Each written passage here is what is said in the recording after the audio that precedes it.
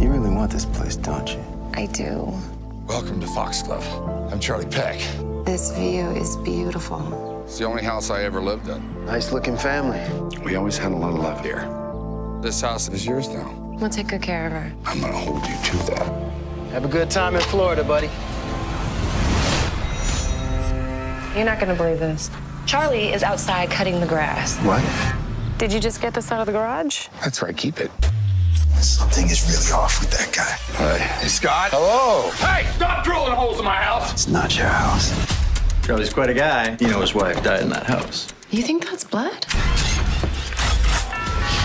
Your days of dropping by are over. It's hard to say goodbye. He's watching you. This guy is dangerous. What the hell? Stop! You're not dying today. The Intruder. Rated PG-13. I saw the movie on Monday, and I have to tell you, it scared the hell out of me. Like, I was in the building. Yeah, I was like, I gotta get a beer. I was at the Alamo Draft House, and then like 20 minutes in, I was like, I need to get a beer. Because it's getting real. But Very good. So you saw it with a crowd then. yes, and it was a good crowd too, because they was into it the whole time. Like, it was that crowd that Right. talked to the screen, you know what I'm saying? Like, have like loud Yeah. expressions. That's what's crazy is because, like, I've seen this movie more than I've seen any other movie that I've been in, because when I saw it with the first crowd in Atlanta, and I was like, oh, my God, everybody's so activated. This is, like, amazing. After that, every city we went to, I just kept, sitting through the screening because people were just, like, going off. Yeah. It's amazing. It's, like, a fun, interactive movie, like, 90s throwback. Yeah, movies like this, it definitely feels like, like when you have that audience that's into it and going with the flow of the film. Yeah, it makes it like that much better. But what really surprised me was Dennis Quaid. So I'm a 90s baby, and I will always know him and love him as the dad from The Parent Trap. And I was like, this man, Right. I was not expecting him at all, like, to do anything like this, and to see him like portray this character and bring it like the craziness out. What was it like just going head to head with him? Man, it's crazy because, like, okay, I'm a 90s baby too. Like, Yeah. I was excited when he got cast for this because I was like, okay, well, I wonder what he's going to do, you know? Yeah. And then we get on the set, and he's, like, terrifying, and he's so crazy. And that's why, like, the actors from that generation are so iconic. Like, they're some of the last movie stars because they're willing to just go there and try anything and everything. And that's what makes them, like, special, you know? And so for me, he really elevated my performance because, like, there's one scene, I don't want to give it away, but you've seen it, Yeah. where we were close enough where he suddenly goes, and I was like, what? And then he goes, spit on me. And I was like, I'm going to act like I didn't hear him just say that. And then the director goes, spit on him. And I was like, oh my God, okay. So then I did like a little baby spit, like a little, and he was like, no, get one like from your stomach, like from your soul. And I was like, oh my God, this is crazy. And then I did it, you know, but it was like cool because I was like, I love this fearlessness where it's like, you're willing to go there because that's how you find the magic and that's how you create iconic performances that people remember as classics. And that's what he did in this movie. He's so phenomenal and, like, layered and interesting and crazy. Yeah, that's good. Working with someone who was so willing to go 100% and give it their all, you know, like, go for it, let's do it. Yeah. It's a different experience, you know. It's a different level, a different gear. So I'm very thankful that he was able to impart that to me and share that with me because I'm going to take that with me along in my career. Yeah, so Michael Ealy, who plays your husband in the movie, Scott, you guys are, you know, pretty familiar with each other. You've done Think Like a Man 2 together.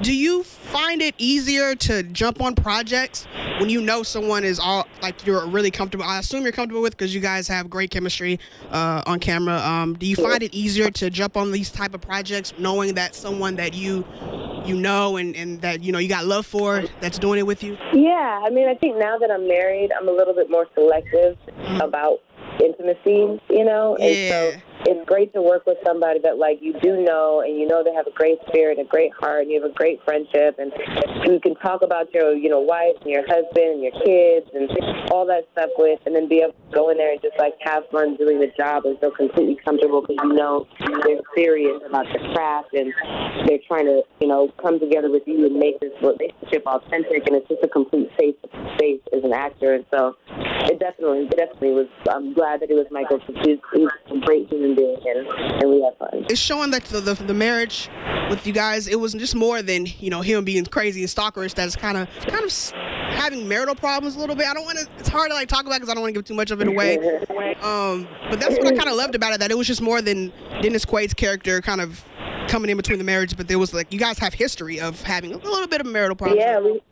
Yeah, there's some cracks in the statue for sure. Yeah. And I think that Dion and the writer did a really incredible job with saying like we want this couple to be real. Like we don't want like the perfect kind of American couple that everyone's like, oh yeah, we want a couple that people can relate to and see themselves in, and because you're so relatable and because you're not perfect, it makes you want to root for them more. For sure, absolutely. It's so relatable. Do you think now, after people leave watching this movie, are going to do a little bit more background check and digging on houses when they go out and purchase? Because I feel like black folks for sure, they'll be like, I need to know if there's a crazy white man that's attached to this house. I need to know the details. I need to know info. Because Dennis actually sold his house literally after we finished filming this movie. And we were like, good for you, because nobody was going to buy it from you after this. Right? Oh, that is so funny. Yeah. Too funny.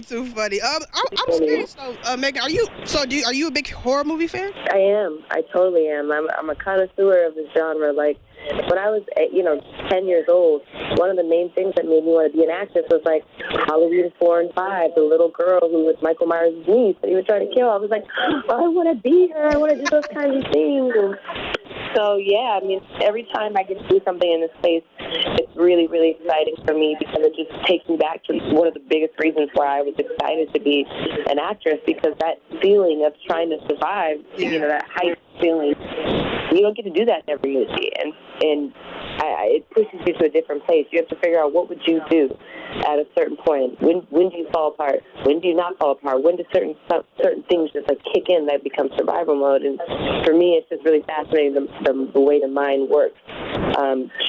If you were ever even potentially in a situation like this, what would you do? I'm getting the wrap up. I know you got to leave, but I do have to ask about Shazam. I know you made a little appearance in it towards the end. Just tell me what that was like. It was experience being a part of a big DC movie like that. Oh, man, that was amazing because I literally told my husband, I was like, I want to be a superhero. I want there to be more representation for little girls to see themselves as superheroes, And so he was like, that's great, honey. He's like, but you're sitting on the couch with a glass of wine watching This Is Us. Like, what are you going to do to, basically meet God halfway?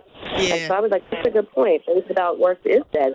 So I started working out really hard. I started learning capoeira, started learning taekwondo. And then, a year and a half later, this project came, and there were people who had seen me before and auditioned me before. And then when I left there, they called my team, and they were like, what has she been doing? She looks great. Like, she looks like a superhero. And then, thank you. Thank you. I received that. Yeah, you look really great. I was like, man, that's a Meagan Good. But I know you got to go. Thank you for taking the time out to talk with me. I do have to say, though, my brother and I, we grew up on Cousin Skeeter. So it's really great. Hey. Yeah. So I had to make sure to mention that. So I appreciate it.